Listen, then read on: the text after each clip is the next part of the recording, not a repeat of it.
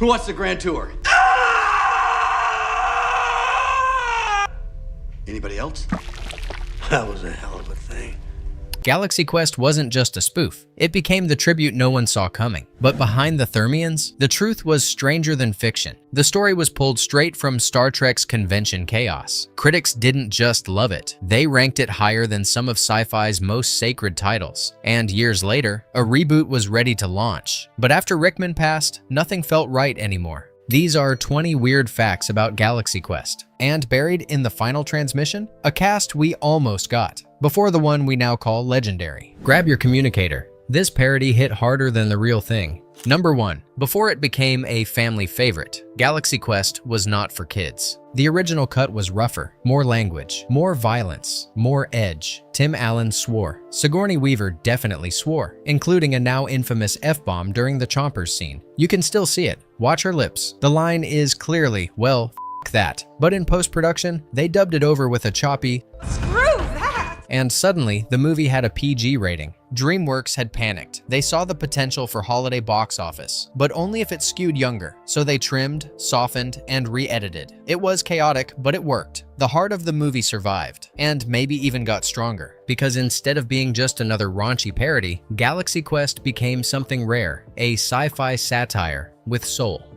Number 2. It's the scene every fan remembers. The exploding hallway, the random slamming pistons, the absurd chompers, and right in the middle of the chaos, Sigourney Weaver's character breaks down and yells, This episode was badly written! The moment was perfect. It shattered the fourth wall, celebrated sci-fi weirdness, and delivered the funniest line in the movie. But the studio didn't get it. DreamWorks wanted it gone. They thought it was too silly, too slapstick, too meta. Sigourney Weaver fought back. Hard. She told them this was the line, the moment that nailed her character's arc, and the film's entire tone. She knew this wasn't just a joke. It was catharsis. For every actress stuck saying nonsense on TV. For every fan who ever rolled their eyes at plot holes. For every viewer who loved the genre despite its flaws. So the scene stayed. And Weaver's meltdown became a rallying cry. A hilarious tribute to the chaos, the charm, and the beauty of bad writing done right. Number 3. It's just one line, but she knew it mattered. In the middle of chaos, explosions, and fake sci-fi babble, Gwen DeMarco finally snaps.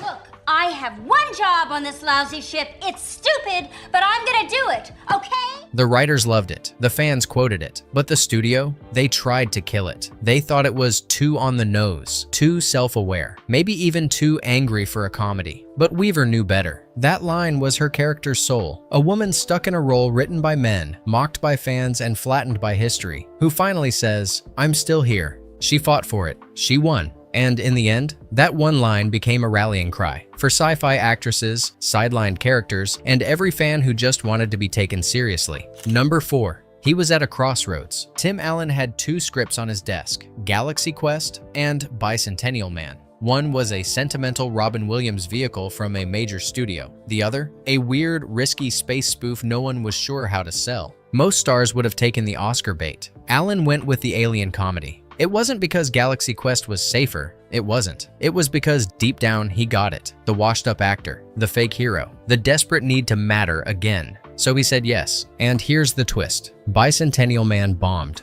Hard. Critics tore it apart. Audiences stayed away. Even Williams took heat. Meanwhile, Galaxy Quest became a cult legend. That one decision? It didn't just give Allen one of the best roles of his career. It might have saved it altogether.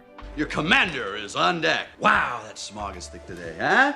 Am I too late for Alexander's panic attack? Number 5. The latex, the fake forehead ridge. To some, Dr. Lazarus was a joke, a second-rate Spock in a third-rate show, but not to Alan Rickman. He approached the role like Shakespeare. Every word mattered, every beat had weight, and when it came time for the Thermians to grieve, Rickman dropped the comedy. He didn't wink, he didn't flinch, he delivered his line. By Grabthar's hammer, what a savings. With such raw sincerity that the crew froze. A moment they wrote as parody suddenly made them cry. Behind the prosthetics was a world-class actor refusing to coast, because to him, even a fake alien deserved a real performance. Number 6. He wasn't even supposed to be in the script. Guy Fleegman was a throwaway, a blue shirt with a countdown to death. But Sam Rockwell had other ideas. He showed up on set and started improvising everything. The panic, the trauma, the backstory about being crewman number 6, the whole because my character isn't important enough for a last name, because I'm gonna die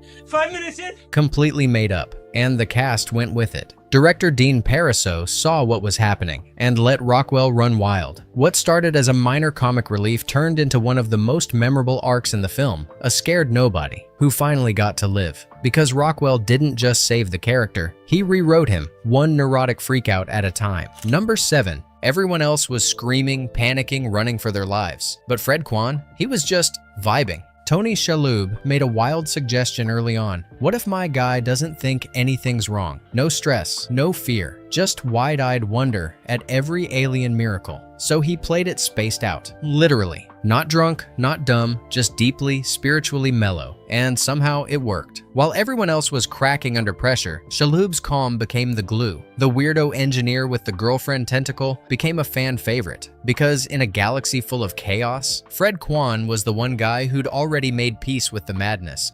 Number 8. He was nervous, unproven, and totally new to Hollywood. When Justin Long auditioned for Galaxy Quest, he was up against names that already had momentum. Kieran Culkin, Tom Everett Scott, and a dozen other familiar faces from late 90s teen hits. DreamWorks was leaning toward the safer bets, but Long brought something different, an earnestness that didn't feel like acting. He was that awkward fanboy, the one who knew every line, believed in the characters, and secretly hoped the ship was real. That raw enthusiasm, the kind you can't fake, won over the room. He landed the part, and within a year, he wasn't just a background geek. He was the new face of every kid who ever wished their favorite show came to life. Because Galaxy Quest wasn't just his breakout, it was the moment a real-life superfan got to save the day, on screen and off. Number 9. It wasn't part of the plan. Originally, the movie never gave Tim Allen's character his big solo action scene. No alien showdown, no hero's moment in the sun. But during shooting, someone brought up the obvious. He's supposed to be the captain. Where's his Kirk-style battle? So they rewrote the script, fast. They dropped him on a desert moon, invented a rock creature, and gave him one glorious fight for the ages. No time for polish, no time for deep logic. Just Allen, shirtless and yelling at a boulder that wanted to kill him. It was absurd, iconic, perfect. And in the middle of a parody, it gave the film what every great sci-fi needs. A captain who earns his title, one punch at a time. Number 10. It didn't start with special effects. It started with ego, regret, and a table full of aging actors. Galaxy Quest was never meant to mock science fiction. It was designed to expose something raw. What happens after the show ends? But the spotlight never really leaves. Screenwriter David Howard had been watching Star Trek reruns when the idea struck. What if the actors weren't boldly going anywhere anymore, except to fan conventions? That seed turned into obsession. He dove into behind-the-scenes lore, Shatner's clashes with castmates, Nimoy's book I Am Not Spock, the rivalries, the resentment, the heartbreak of being typecast, and the strange, almost religious devotion of the fans who wouldn't let go. It was all there. The loneliness of washed-up fame, the absurdity of genre stardom, and the strange beauty of how fandom keeps the dream alive. Each Galaxy Quest character became a mirror. Jason Nesmith, the arrogant captain clinging to relevance. Alexander Dane, the Shakespearean actor forever trapped in alien latex. Gwen, reduced to a talking prop. And the Thermians, true believers, innocent and sincere, who loved the fiction more than the actors ever could. The film didn't just parody Star Trek, it captured the emotional fallout of cultural immortality, and in doing so, it built something more real than the Enterprise ever was.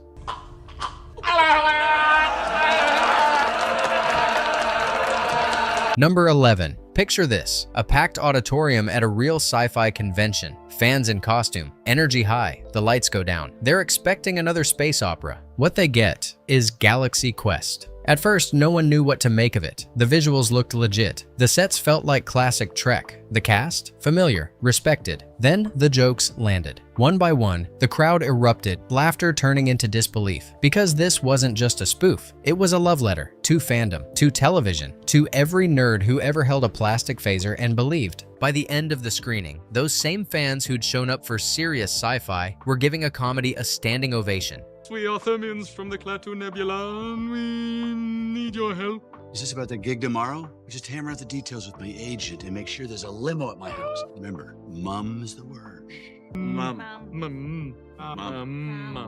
Number 12. He would know. As Wesley Crusher on Star Trek The Next Generation, Will Wheaton grew up inside the fan machine. He'd lived the conventions, the autograph lines, the complicated relationship between admiration and obsession. So when he saw Galaxy Quest, it hit different. He didn't laugh it off. He embraced it. Wheaton said the film captured the real heart of fandom better than anything before or since. Not just the quirks, not just the jokes, but the soul. Because behind the parody was something sacred, a belief that fans don't just love the story, they carry it, protect it, and sometimes they save it. Number 13. At first, he bristled. Sir Patrick Stewart, Captain Picard himself, heard about Galaxy Quest and rolled his eyes. Another lazy knockoff, another parody making fun of the legacy he helped build. Then he watched it, and everything changed. He laughed. He cried. He saw truth in the comedy, humanity in the absurdity. What he expected to hate, he ended up calling brilliant. Stewart joined a growing list of Trek actors, including Nimoy, Shatner, and Takei, who came to see Galaxy Quest not as an insult, but as a mirror. A funhouse mirror, maybe, but one that reflected their battles, their bonds, and the bizarre magic of being part of something bigger than yourself. Number 14. It wasn't just a cult hit. It dominated the very franchise it parodied. For years after its release, Galaxy Quest held a higher Rotten Tomatoes score than every official Star Trek movie, even The Sacred Wrath of Khan. Let that sink in. A film with aliens in spandex, a stoned tech officer, and a fake TV spaceship was ranked above the icons it mimicked. Critics didn't just laugh. They applauded the heart, the craftsmanship, and the way it walked a razor's edge between comedy and homage. While Trek films battled mixed reviews and franchise fatigue, Galaxy Quest soared. Because where some saw satire, others saw sincerity. And what started as a send-up landed as a classic. Number 15. Saris looked terrifying, but he didn't sound like it. Originally, the alien warlord's voice came out flat, robotic, forgettable, the kind of villain you'd mock, not fear. It nearly wrecked the character. So Robin Sachs, the actor behind the makeup, asked for one more shot, one take, late night, no prep. He downed a strong coffee, stepped into the booth, and growled. The new voice was guttural, regal, dangerous, with just enough arrogance to feel alien. And it worked. Every line redubbed, every hiss reimagined. Saris was no longer a joke. He was menace incarnate, and the movie finally had its villain.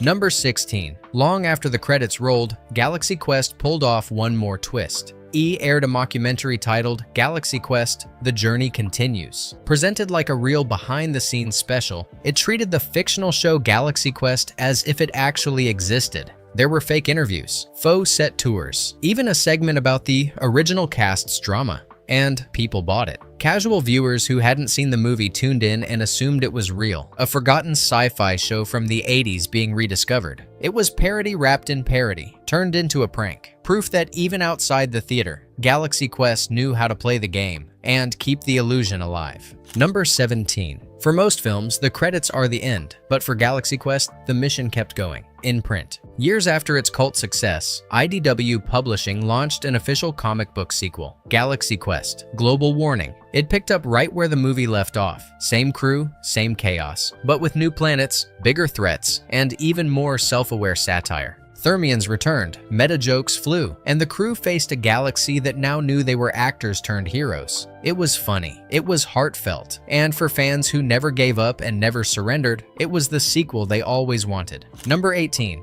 They called it the Klaatu Nebula. To most viewers, it was just another sci-fi name, but to film historians, it was a secret love letter. Klaatu was the name of the alien in The Day the Earth Stood Still, a 1951 classic that redefined science fiction. By naming the Thermians home after Klaatu, Galaxy Quest quietly tied itself to the very roots of the genre it was parodying, not mocking the past, honoring it. Even as the film poked fun at space cliches, it never forgot where those cliches came from. And this one subtle naming choice, it proved that the writers knew their sci-fi and respected it deeply. Some of the crew has requested to be present at this historic event. Sure, bring him in.